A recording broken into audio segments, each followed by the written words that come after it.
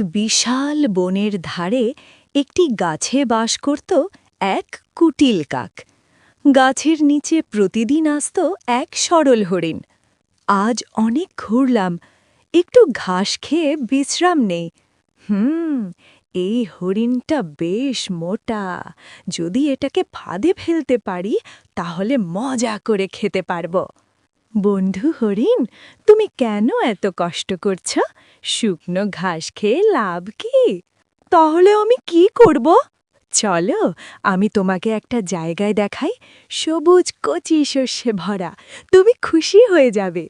সত্যি? তাহলে চলো বন্ধু। গ্রামের ক্ষেত। কাক হরিণকে গ্রামের এক কৃষকের ক্ষেতে নিয়ে গেল। উহ, এত সুন্দর সবুজ ঘাস আমি তো স্বপ্নেও ভাবিনি। খাও খাও, একটু পারেই ফাঁদে পড়বে। ফাঁদে আটকা। হঠাৎ হরিণটি কৃষকের পাতা জালে আটকে গেল।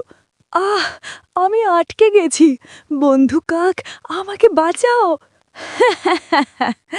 আমি তো এইটাই চেয়েছিলাম। এখন তুমি মরবে আর আমি তোমাকে খেয়ে ফেলব।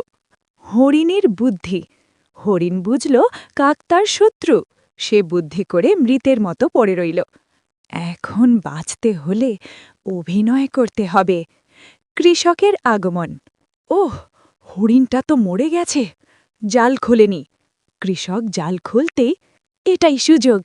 দৌড়ে পালিয়ে যায়। কাকের পরিণতি। আরে, আমার খাবার তো পালিয়ে গেল। লোভের কারণে কাক সব হারালো। শিক্ষণীয় বিষয়, লোভী ও ভণ্ড বন্ধুর থেকে দূরে থাকাই ভালো।